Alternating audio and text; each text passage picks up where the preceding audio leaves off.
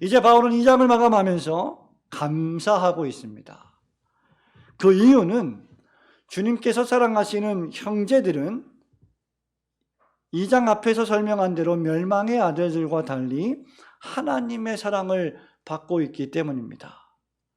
성경의 기록 방법 가운데 하나가, 여러분들이 성경을 유심히 읽는 성경의 사람들이라고 한다면 언제든지 그 중에 하나는 비교하고 대조하는 것입니다. 바울은 사단과 하나님을 비교합니다. 그리고 그의 추종자들과 그리스도를 따르는 택자들의 운명을 비교, 대조하고 있습니다. 그리고 이런 사상이 오늘 우리가 읽은 이 본문에서도 계속 발전하고 있습니다. 바울은 하나님께 감사하고 있지요. 13절은 감사하지 않을 수 없는 바울의 상태를 매우 강조하는 말씀입니다. 우리가 항상 너희에 관하여 마땅히 하나님께 감사할 것은 이라고 말한 것은 감사하지 않을 수 없는 바울의 마음의 상태를 아주 잘 표현해 주고 있습니다.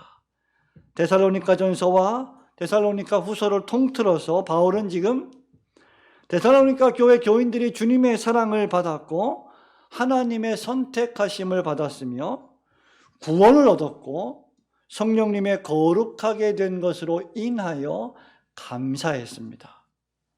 나아가 바울은 그들의 믿음과 사랑과 수고로 인하여 감사했고 그들이 진리 안에서 성장함을 인하여 또 감사했습니다. 오늘 저녁에는 그래서 마땅히 하나님께 감사함은 이란 제목으로 데살로니가후서 강의 4번째 시간에 3가지를 생각해 보며 은혜 받기를 원합니다. 첫 번째는 하나님의 선택하심을 인하여 성도는 감사해야 한다는 사실입니다. 여러분 13절 말씀을 천천히 한 번 더 우리 읽어볼까요? 주께서 시작. 주께서 사랑하시는 형제들아 우리가 항상 너희에 관하여 마땅히 하나님께 감사할 것은 하나님이 처음부터 너희를 택하사 성령의 거룩하게 하심과 진리를 믿음으로 구원을 받게 하심이니. 아멘.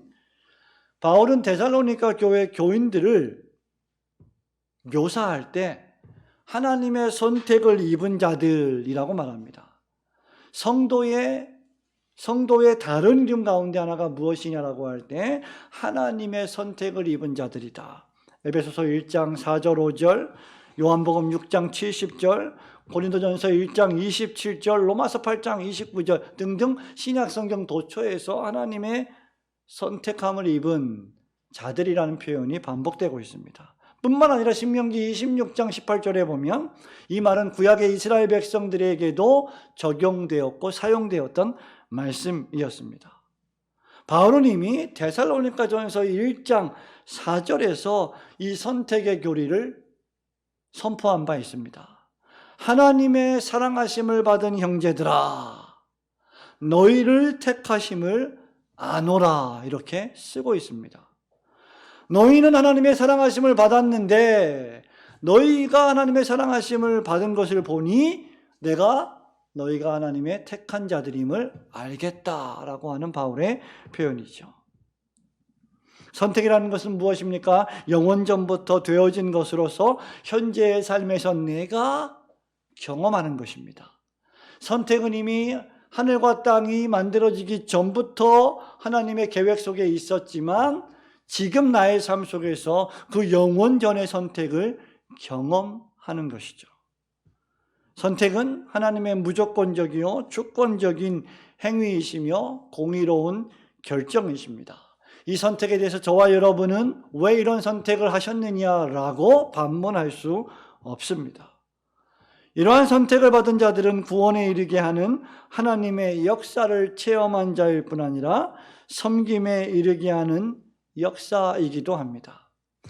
내가 하나님의 선택을 받은 자인가 아닌가라는 것을 증거하는 방법, 증명해 주는 방법 가운데 하나는 과연 나는 지금 하나님의 역사하심, 하나님의 사역을 위하여 섬기고 있는가, 일하고 있는가를 돌아보면 되는 것입니다. 데살로니가 교회 교인들은 이 일을 충실히 수행했습니다. 하나님의 선택을 받은 자이기 때문에 데살로니가전서 1장 3절에서 밝힌 것처럼 그들은 믿음으로 역사하는 믿음의 실천의 삶을 살았고, 사랑으로 수고했으며 소망으로 인내하는 삶을 살아갔고, 그 세 가지가 다른 모든 사람들이 볼 때 확연히 드러날 정도로 그들의 삶에서 밝히 빛났던 것이죠.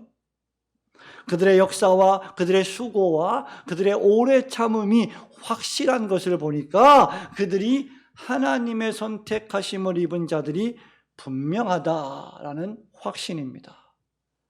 지금 바울의 데살로니가 교회를 향한 감사의 원인은 그들의 성숙한 신앙생활에 있었고, 더 나아가 그 신앙의 원인은 하나님의 선택에 있었던 것입니다.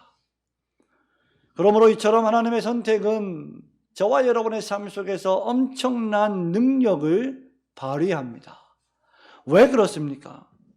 하나님이 선택하신 사람을 부르신 사람을 성령으로 거룩하게 하시고 죄와 사망에서 구원에 이르게 하시기 때문입니다. 하나님은 바로 이것 때문에 복음으로 신자를 부르십니다. 14절에 보니 바울은 우리의 복음으로 너희를 부르사라고 했는데, 이것은 바울과 실라와 디모데가 데살로니가에서 전한 하나님의 십자가 복음의 말씀을 가리킵니다. 바울은 이것을 나의 복음, 내가 경험한 복음, 내가 안 복음이라고 부르기도 했습니다.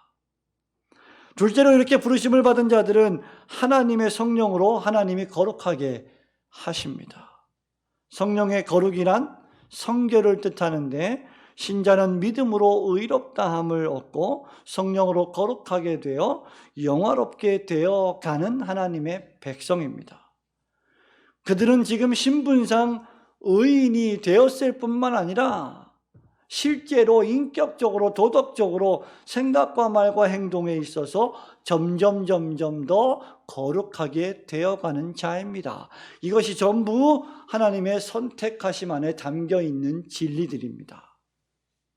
이런 방식으로 하나님의 선택을 받아 성령으로 거룩하게 된 그들은 결국 구원을 받은 자들이고 구원을 받고 있는 자들이며, 마침내 마지막 날에 완전한 그 구원이 성취될 자들입니다. 그들은 진리이신 그리스도를 영접한 자이며 그리스도께서 베푸신 사랑의 복음을 받아들인 자들입니다. 불법에 속한 사람들은 어떠한 사람들입니까? 여러분, 우리가 이미 지지난주에 살펴보았던 것처럼 그들은 진리를 기뻐하지 않습니다. 하나님 말씀을 좋아하지 않습니다. 하나님 말씀을 멀리합니다. 불의를 좋아합니다. 불경건을 좋아합니다. 타락을 좋아합니다. 하나님을 그 마음에 두기를 싫어합니다. 그러나 신자는 언제든지 죄를 범할 때 그것 때문에 괴로워하고 하나님과의 관계가 깨어질까 노심초사하며, 신자는 반대로 진리를 사랑함으로 구원을 얻는 자입니다. 바울은 지금 여기서 그리스도의 재림의 날에 궁극적으로 완성될 구원을 말하고 있습니다. 영원 전부터 하나님의 선택을 받아 성령으로 거룩하게 된 자들은 구원을 받았고 구원을 받고 있으며 마침내 마지막 날에 영원토록 구원을 받게 될 것입니다. 지금 우리가 살아가고 있는 이 삶 속에서 그것이 여러분들에게 확신의 정도가 각자 다르게 임할 수는 있겠지만, 확실한 것은 우리 모두 궁극적으로 구원을 받아 이 세상을 떠나 하나님의 나라에서 영원토록 살게 될 하나님이 선택하신 백성들이다라는 사실입니다. 그렇다면 도대체 하나님은 왜 성도를 택하시며 왜 부르시며 왜 거룩하게 하시며 왜 구원하십니까? 그것이 하나님이 계획하신 뜻이며 그로 말미암아 하나님께서 영광을 받으시기로 작정하셨기 때문입니다. 14절의 마지막 부분을 통해서 구원의 목적을 가리켜 우리 주 예수 그리스도의 영광을 얻게 하기 위함이라고 밝히는 것이 바로 그것입니다. 성도 여러분, 저와 여러분을 하나님이 부르신 것은 예수 그리스도께 영광이 됩니다. 저와 여러분을 거룩하게 만들어 가시는 모든 과정은 예수 그리스도께 영광이 됩니다. 성도가 구원을 얻는 것은 언제든지 주 예수 그리스도께서 영광을 받으시는 일이 됩니다. 그러므로 잃어버린 양 한 마리를 구원하게 되면, 찾게 되면 하늘에 있는 모든 백성들과 함께 기뻐하고 즐거워하는 것입니다. 이런 드라크마 한 동전을 찾게 되면 세상 모든 사람들을, 이웃들을 다 초청해서 함께 즐거워하고 기뻐하는 것입니다. 둘째 아들 탕자, 돌아온 탕자가 그 타락의 삶에서 돌아오게 되었을 때 아버지가 온 사람들을 불러 모아 잔치를 벌이는 것이 바로 이 이유 때문입니다. 마지막 날의 모든 성도들은 이 그리스도의 영광에 동참할 것이며 천국의 혼인잔치에서 성도의 궁극적 구원은 완성될 것입니다. 우리의 불완전한 모습들, 우리의 실패하는 모습들, 우리의 연약한 삶의 모습들, 세상의 싸움에서 지고, 죄와의 싸움에서 지고, 자신과의 싸움에서 지고 실패하는 우리의 모습들은 그 날에는 더 이상 존재하지 않게 될 것입니다. 여러분, 이것은 하나님의 선택을 입은 자녀들만이 누리는 특권입니다. 바울은 로마서 8장 16절 이하에서 여러분 잘 아시는 것처럼 이렇게 말하지요. 성령이 친히 우리 영으로 더불어 우리가 하나님의 자녀인 것을 증거하시나니 자녀이면 또한 후사 곧 하나님의 후사요 그리스도와 함께한 후사니 우리가 그와 함께 영광을 받기 위하여 고난도 함께 받아야 될 것이니라. 생각건대 현재의 고난은 장차 우리에게 나타날 영광과 좋게 비교할 수 없도다. 그렇기에 성도들은 하나님이 나를 선택하셨음을 믿는다면 하나님이 나를 선택하셨음을 확신하고 그 확신 가운데 언제나 두렵고 떨림으로 여러분이 받은 구원을 이루어 가야 할 것입니다. 하나님이 여러분을 택하시고 때가 참에 이 모양 저 모양 이 방법 저 방법을 통하여 여러분을 부르셨고 지금 거룩하게 하고 계시며 마침내 영광의 구원을 얻게 하실 것을 마땅히 감사하시는 성도들 되시기를 주님의 이름으로 축원합니다. 둘째로 선택받은 자들은, 이렇게 하나님의 선택을 받은 자들은, 그래서 마땅히 감사하는 성도들은 하나님의 가르치심을 받은 전통을 지킴으로 그 감사를 표현해야 합니다.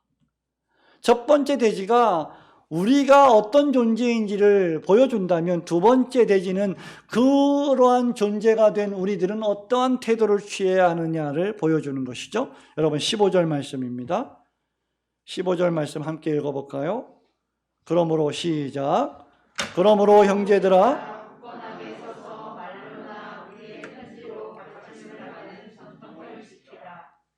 굳건하게 서서 말로나 우리의 편지로 가르침을 받은 전통을 지키라. 이렇게 쓰고 있습니다. 하나님의 선택을 받고 부르심을 받아 거룩하게 되고 하나님의 구원을 얻은 성도들은 이제 해야 할 일이 있습니다. 여러분이 하나님의 선택자고 하나님이 사랑하신 사람들이고 죄에서 구원받아 의인이 되었고 거룩을 추구하는 신자가 되었고 교회의 회원이 되었다면 이제 여러분은 반드시 해야 될 가장 중대한 일이 하나 있는데 그것이 바로 굳게 서서 가르침을 받은 전통을 준수하는 것입니다. 더 노골적으로 말하면 하나님께서 선지와 사도를 통하여 우리에게 가르쳐 주신 말씀을 준수하는 것입니다. 여러분, 굳게 선다는 것은 무엇을 의미합니까? 흔들리지 않게 서 있는다는 것을 뜻하죠. 전통이란 무엇입니까? 전하여 가르친 것을 뜻합니다. 바울은 이미 말로, 설교로, 교훈으로, 권면으로, 때로는 편지로, 글로 수많은 교회의 신자들에게 예수 그리스도의 복음과 신앙을 가르쳐 왔습니다. 우리 예수님도 마찬가지이죠. 예수님이 가르치신 모든 천국 복음의 가르침을 사도들이, 제자들이 가르쳤습니다. 구약에는 선지자들이 가르쳤습니다. 이 모든 것들을 듣고 그 가르침을 받은 대로 지켜 행하려고 하는 애씀과 노력과 분투, 그것이 바로 우리가 감사를 표현하는 방법 가운데 하나이다라는 것입니다. 여러분, 저와 여러분이 흔들리지 않고 굳게 서려면 어떻게 해야 할까요? 제가 아주 오랫동안 들은 말 가운데 하나는, 목사님은 바람이 세게 불으면 흔들릴 것 같아요.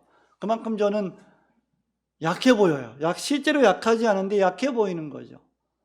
그리고 상당히 말라 보이기 때문에 조금만 바람이 세게 불어도 흔들릴 거라고 생각을 합니다. 물론 흔들리는 경우가 많이 있습니다.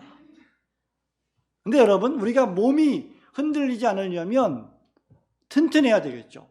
단순히 비만하라는 게 아니라 몸이 강해야 됩니다. 하체가 튼튼해야 됩니다. 몸 전체가 균형이 있어야 됩니다. 마찬가지로 영적으로 흔들리지 않으려면 어떻게 해야 할까요? 그 비결은 사도들의 가르침 위에 굳게 서는 것입니다. 여러분, 적지 않은 현대의 교인들이 이 코로나 사태로 말미암아 온라인 예배를 드리면서 예배당을 멀리하고 교회를 멀리하고 예배 현장을 예배를 멀리하고 예배의 시간을 멀리하고 성도의 교제 공동체의 모임을 멀리하게 되는 일들이 지금 벌어지고 있습니다. 최초로 코로나 사태가 발생했을 때 확진자가 발생한 교회가 있습니다. 녹화가 되기 때문에 그 교회의 이름은 말씀드리지 않겠습니다만은, 현장 예배가 재개된 지금 성도들에게 현장 예배가 재개됐으니 예배에 나오셔도 됩니다. 그러나 마음에 꺼리낌이 있거나 걱정이 되시는 분들은 집에서 예배해도 됩니다 라고 광고를 했습니다. 3분의 1, 과거의 3분의 1 숫자밖에 예배당에 나오지 않는다고 합니다. 여러분, 왜 이렇게 되었을까? 문제가 무엇일까? 사람들이 하나님의 말씀에 기초해서 굳게 서 있기보다 상황과 환경에 따라 이리저리 휩싸이고 흔들리기 때문입니다. 사도행전 2장 42절에 보면 유명한 말씀 여러분 잘 아시죠? 저희가 사도의 가르침을 받아 날마다 떡을 떼며 성전에 모이기를 힘쓰고 전혀 기도하기에 힘쓰니라. 사도들의 권면과 전통을 지켜 행하는 것이 흔들리지 않는 방법입니다. 이런 성도는 비바람이 불어와도 흔들리거나 무너지지 않습니다. 반석 위에 집을 짓는 자들입니다. 모래 위에 집을 짓지 않는 사람들입니다. 그래서 사도 바울은 언제든지 신약 성경에서 뭐라고 말합니까? 나로부터 들은 바 바른 말을 본받아 지키고. 바른 말이 무엇입니까? Sound doctrine, 바른 교리, 올곧은 교리, 하나님의 말씀, 그것을 본받아 지키고 너희들에게 부탁한 아름다운 것을 지키라고 디모데후서 1장 14절 15절에서 명령한 것입니다. 성도들은 언제든지 진리의 말씀 안에서 남자답게 강건하게 서 있어야 합니다. 여기에 남자답게 강건하게 서 있으라는 말은 남자들만 그렇게 하라는 말이 아니라 남자처럼 그렇게 모든 성도가 말씀 위에 뿌리를 내리고 서 있어야 한다는 것이죠. 왜냐하면 이것이 하나님이 우리를 택하셨고 우리를 거룩하게 하시고 우리를 구원하시는 그 구원을 계속하여 우리 편에서 유지하는 방편이기 때문입니다. 그래서 이것을 우리는 은혜의 방편 가운데 하나라고 부르는 거죠. 말씀, 성례, 기도. 그런데 우리의 구원이 앞서 하나님의 선택에 있고 그 선택 안에 하나님이 우리를 부르시고 우리를 거룩하게 하시고 우리를 마침내 영화롭게 하실 것이 다 들어가 있다면 굳이 저와 여러분이 오늘도 수요일날 이렇게 예배당에 굳이 나와서 말씀을 듣고 예배를 드리고 기도하고 이런 전통을 지키고 행해야 할 이유가 무엇이란 말입니까? 우리가 말씀을 듣지 않고 예배를 드리지 않아도 한번 믿기만 하면 자동적으로 구원을 얻고 거룩하게 되지 않겠습니까? 하나님이 한번 선택하셨으면 그 선택엔 후회하심이 없으니까 당연히 우리는 구원받는 거 아닙니까? 이에 대해 성경은 부정적으로는 경고하고 긍정적으로는 권면하며 명령합니다. 히브리서 기자는 부정적으로 이렇게 말하죠. 히브리서 6장 4절부터 6절입니다. 신약 성경의 가장 난해한 성경 구절 가운데 하나라고 알려져 있죠. 한 번 빛을 받고 하늘의 은사를 맛보고 성령에 참여한 바 되고 하나님의 선한 말씀과 내세의 능력을 맛보고도 타락한 자들은 다시 새롭게 하여 회개하게 할 수 없나니 이는 그들이 하나님의 아들을 다시 십자가에 못 박아 드러내놓고 욕되게 함이라. 여러분, 이게 무슨 말입니까? 한번 예수를 믿고 구원받은 사람이 그 구원이 상실될 수 있다는 말입니까? 결코 그렇지 않습니다. 이 말은 무슨 말입니까? 교회 안에는, 그 당시 유대인과 이방인들이 모두 섞여 있던 그 초대 교회 안에는 마치 구원받은 것처럼 보이는 사람들이 있었다는 것이죠. 그들이 빛을 받았고 은사도 발휘하고 성령에 참여한 바 되고 하나님의 말씀과 능력도 맛보고 여러 가지 봉사도 하는데 타락한 자들은 다시 새롭게 하여 회개할 수 없다. 처음부터 하나님의 선택을 받지 못한 자들, 그러나 그리스도인들처럼 보이는 자들, 외식하는 자들, 종교인들이 있었다는 것입니다. 그러므로 이런 것들을 보고 너희들은 경고를 받아 마치 우리의 구원이 잃어버린 바 될 수 있는 것처럼 그렇게 경각심을 갖고 더욱 열심히 신앙생활을 해야 한다라는 말씀입니다. 여러분, 이것은 신자를 향한 부정적인 경고의 말씀입니다. 마치 구원에서 떨어질 수도 있는 것처럼, 그럴 일이 없겠지만 마치 그럴 수 있는 것처럼 그렇게 열심히 전심전력하라는 것입니다. 걱정해서 그렇게 하라는 것이 아니라 구원을 확신하기 때문에 더욱 그렇게 해야 한다는 것이죠. 동시에 바울은 빌립보서 2장 12절에서 긍정적으로는 이렇게 말합니다. 그러므로 나의 사랑하는 자들아, 너희가 나 있을 때뿐 아니라 더욱 지금 나 없을 때에도 항상 복종하여 두렵고 떨림으로 너희 구원을 이루라. 우리가 이미 구원을 받았는데 무슨 구원을 또 이루라고 말합니까? 여러분, 이것은 우리가 열심히 하면 이루고 열심히 하지 않으면 이루지 못한다는 말이 아닙니다. 구원을 받았기 때문에 그 사람은 더욱 두려운 마음과 떨리고 경배하고 경외하는 마음으로 우리의 구원을 소중히 여기고 그 구원을 위하여 열심히 신앙생활을 한다는 것입니다.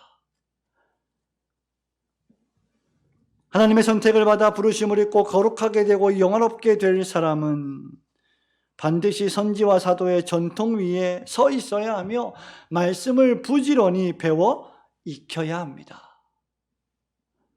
하나님께서 성경 말씀을 통하여 그렇게 명령하셨기 때문입니다. 또한 본문의 배경에 따르자면 2주 전에 우리가 들은 말씀처럼 사단이 우리를 공격하고 있고 우리의 믿음이 위험한 상태에 노출되어 있고 불법의 사람 멸망의 아들이 출현할 것이며 그 상황 속에서 굳게 서 있는 성도들이 장차 얻게 될 마지막 날의 상태로 인하여 신자는 남자답게 깨어 굳게 서서 선지와 사도들을 통하여 전해진 믿음의 전통과 성경의 말씀을 굳게 붙들어야 한다는 것입니다. 그렇지 않으면 시험에 들기 쉽고 악에 빠지기 쉽기 때문입니다. 그리고 유혹에 넘어가면 그 유혹에서 말씀의 뿌리를 내리고 기초하에 세워져 있지 않는다면 그 유혹에서 헤어나오기가 대단히 어렵기 때문입니다. 고린도전서를 마감하면서 바울이 고린도전서 16장 13절에서 이렇게 아주 갑자기 문맥에 안 맞는 한 구절의 말씀을 선포합니다. 그것이 바로 깨어 믿음에 굳게 서서 남자답게 강건하라. 고린도 교회의 모든 신앙의 교리들을 설명한 이후에 갑자기 바울은 이 교인들에게 무엇인가 남자답게 강건하게 각성시키고 권면해야 될 필요성을 느꼈던 것입니다. 깨어 믿음에 굳게 서서 남자답게 강건하라. 데살로니가전서 3장 8절에서는 그러므로 너희가 이제 주 안에 굳게 선즉 우리가 이제는 살리라. 여러분 그리스도 안에 계십니까? 여러분은 예수 그리스도를 진심으로 믿고 고백하십니까? 예수님이 여러분의 구세주이십니까? 여러분 주 안에 굳게 서십시오. 더욱 굳게 서십시오. 그러면 여러분은 살 것입니다. 그러므로 깨어 굳게 서서 여러분이 배운 말씀의 전통 위에 더욱 진력하시는 성도들 되시기를 주님의 이름으로 축원합니다. 마지막으로 바울의 감사는 교회와 성도를 위한 기도로 이어졌습니다. 여러분 16절 17절 말씀을 함께 한 번 더 읽겠습니다. 우리 주 시작. 우리 주 예수 그리스도와 우리를 사랑하시고 영원한 위로와 좋은 소망을 은혜로 주신 하나님 우리 아버지께서 너희 마음을 위로하시고 모든 선한 일과 말에 굳건하게 하시기를 원하노라. 아멘. 여러분 바울은 하나님께서 너희를 택했다. 너희를 거룩하게 하신다. 너희를 구원하신다. 그래서 참 감사하고 기쁘다라고만 끝나지 않았습니다. 바울은 감사만 하지 않았고 감사했기 때문에 무엇을 했느냐? 기도했습니다. 여러분 감사한 일이 있으면 기도로 연결이 되어야 합니다. 감사는 기도를 낳고 그래서 기도는 또 감사한 일을 낳는 이 기도와 감사, 감사와 기도의 선순환이 신자의 삶에서 이루어져야 합니다. 바울은 마지막으로 이제 2장을 하나님께 기도함으로 마칩니다. 그것은 데살로니가 교회 성도들을 하나님께 의탁하는, 하나님께 맡기는 기도입니다. 왜 그렇게 할까요? 실상 여기 16절의 헬라어 성경 원문에는 우리 개역개정에는 없는 드라고 하는 헬라어의 역접 접속사가 있습니다. 그 뜻은 이제는 now 이런 뜻입니다.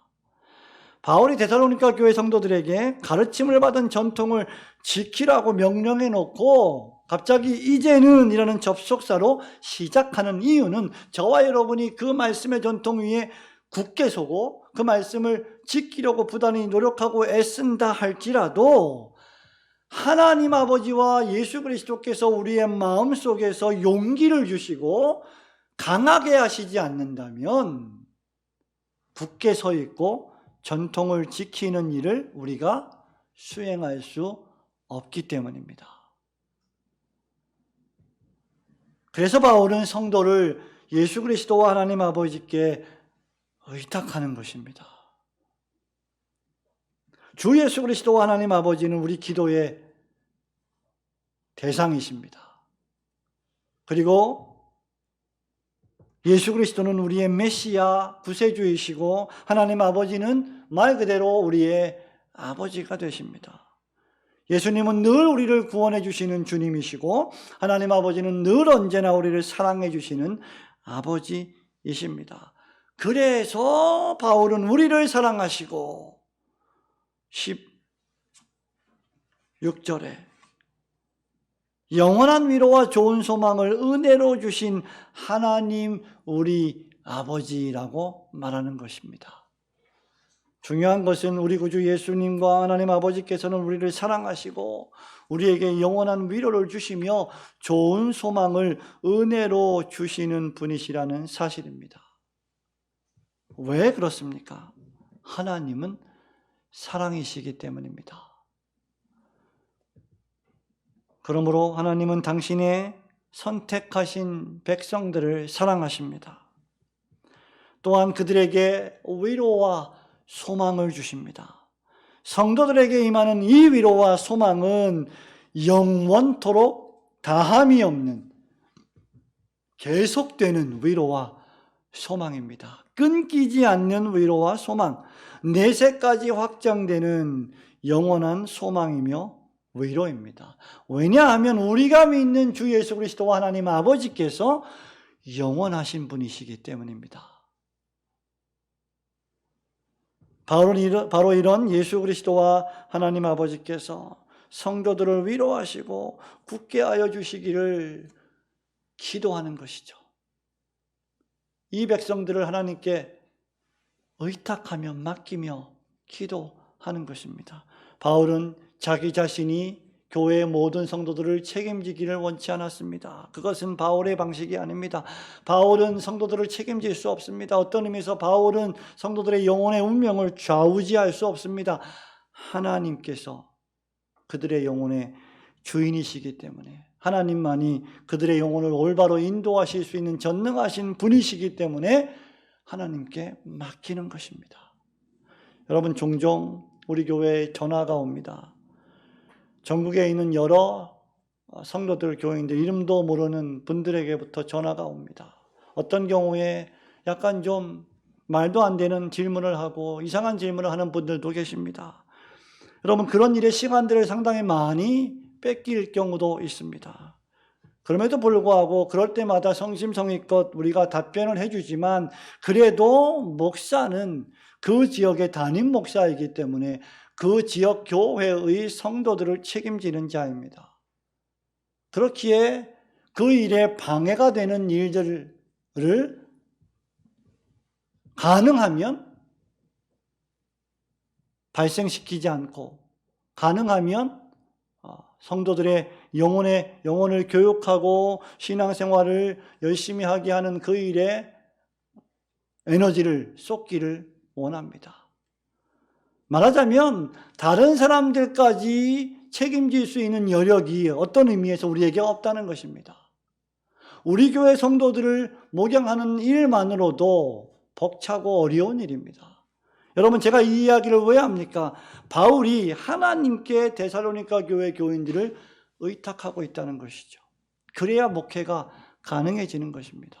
그래야 교회의 치리가 가능해지는 것입니다. 어떻게 목사와 장로가 모든 성도들을 완벽하게 다 인간적으로 치리하고 다스리고 지도하고 인도할 수가 있겠습니까?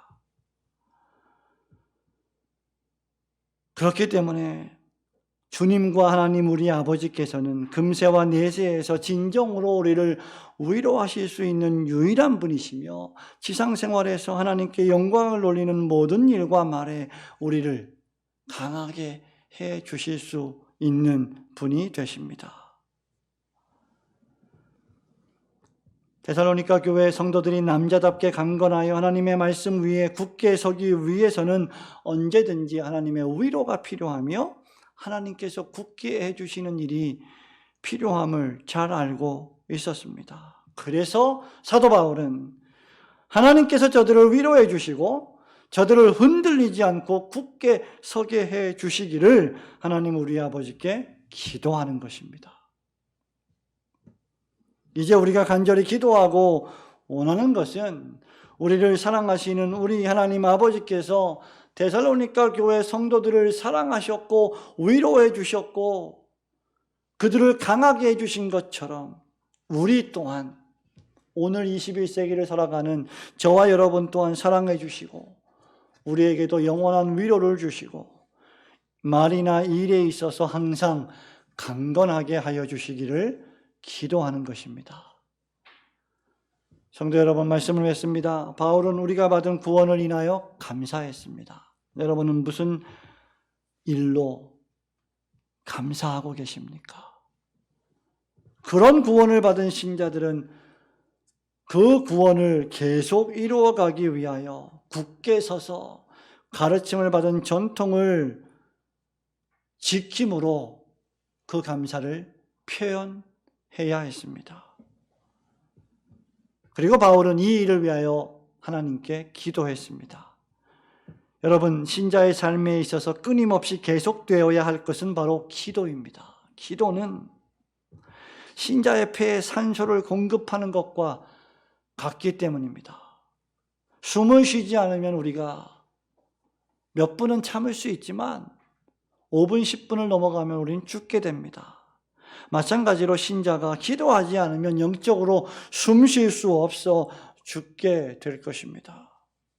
또한 기도는 하나님의 놀라우신 선택과 구원을 기억하며 하나님께서 우리를 선택하신 그 선택을 더욱 우리 마음속에 굳게 하시고 위로하여 주실 수 있는 분이심을 인정하고 고백하는 믿음의 행위이기 때문에 그런 기도를 하면 할수록 그의 믿음은 더욱더 강하여질 것입니다. 그러므로 감사와 기도가 없는 그리스도인의 삶은 존재할 수 없습니다. 하나님께서 여러분을 택하여 주셨음을 인하여 감사하십시오. 혹시 여러분 수요 예배에 많은 성도가 나오지 않아서 낙심되십니까? 그렇게 생각하지 마십시오. 하나님, 나를 이 자리에 나오게 하신 것을 인하여 감사하십시오. 우리에게 그 택하심을 굳게 하고 확신할 수 있는 가르침인 성경을 주셨음을 감사하십시오. 여러분의 영혼을 위하여 기도하는 목사와 사역자들을 주셨음을 인하여 또한 감사하십시오. 그리고 여러분도 다른 성도들의 영혼을 위하여 기도할 수 있게 된 신자가 된 것을 인하여 감사하십시오. 하나님의 택하심을 감사하며 성경의 가르침을 굳게 지키고 주님의 위로와 굳게 하여 주심을 위하여 남은 3일도 또 남은 우리 2020년 남은 2달도 그렇게 기도하며 살아가시는, 그래서 2021년을 기도로 맞이하시는 성도님들 되시기를 주님의 이름으로 축원합니다. 아멘.